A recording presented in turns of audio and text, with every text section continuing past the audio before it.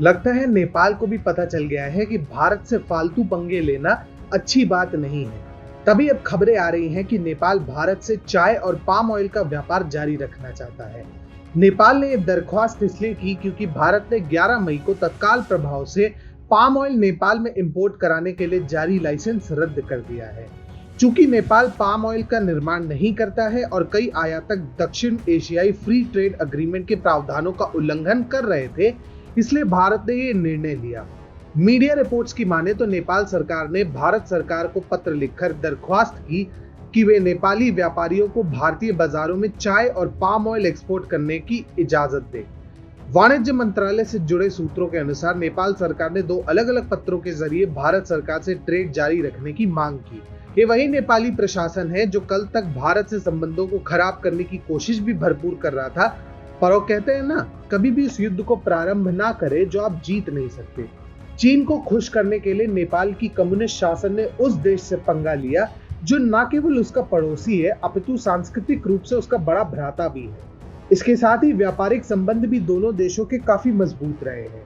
ऐसे में नेपाल ने वही गलती की जो मलेशिया ने कुछ महीने पहले कश्मीर को लेकर की थी। जब अनुच्छेद 370 के विशेषाधिकार संबंधी प्रावधानों को निरस्त किया गया, तब मलेशिया के तत्कालीन राष्ट्रपति महातिर मोहम्मद को जाने क्या सूझी कि उन्होंने भारत से फालतू का पंगा मोल लिया।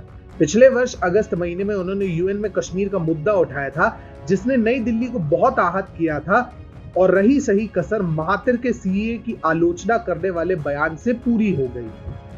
इसके बाद मलेशिया की पाम ऑयल इंडस्ट्री को ही नहीं बल्कि अर्थव्यवस्था को भी काफी बड़ा नुकसान उठाना पड़ा था। अंत में जनता के आक्रोश के सामने महातिर मोहम्मद को झुकना ही पड़ा। मलेशिया के नए पीएम मुहियुद्दीन यासीन ने महातिर मोहम्मद द्वारा की गई गलतियों को नहीं दोहराया और भारत के साथ अपने रिश्तों को प्राथमिकता दी।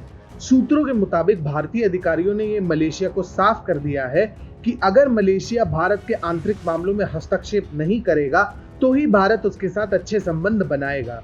इसी भांति भारत द्वारा धारचूला लिपुलेख रोड के अनावरण पर नेपाल के कम्युनिस्ट शासन ने इसका विरोध किया और जाकर चीन की गोद में बैठ गया। नेपाल ने सिर्फ आपत्ति नहीं दर्ज की बल्कि भारत के खिलाफ भड़काऊ कदम भी उठाते हुए अपने नए कथित मानचित्र में भारत के क्षेत्र लिपुलेख, कालापानी, ओलंपियाधुरा को अपना बताया। यही नहीं, केपी ओली लगातार भारत के विरुद्ध अपमानजनक भाषा का इस्तेमाल करते दिखाई दिए। उन्होंने हाल ही में बुधवार को भारत के खिलाफ कुछ ऐसे भद्दे कमेंट किए जिससे दोनों देशों के बीच कई वर्षों से चले आ रहे संबंधों में खटास बढ़ गई। नेपाल के प्रधानमंत्री ने कहा, अगर कोई नाराज होता है तो उससे हमें कोई फर्क नहीं पड़ता और किसी भी कीमत पर हम जमीन को वापस लेंगे। पर हद तो तब हो गई जब केपी शर्मा ओली ने वुहान वायरस के लिए भारत को ही दोषी बना दिया। ओली ने कहा, भारत से आने वाला वुहान वायरस इटली और चीन से आने वालों के मुकाबले ज्यादा घातक है। जो लोग अवैध तरीके से भारत से आ रहे हैं वे देश में वायरस फैला रहे हैं और स्थानीय प्रतिनिधि और पार्टी नेता भारत से बिना टेस्टिंग के लोगों को लाने के लिए जिम्मेदार है।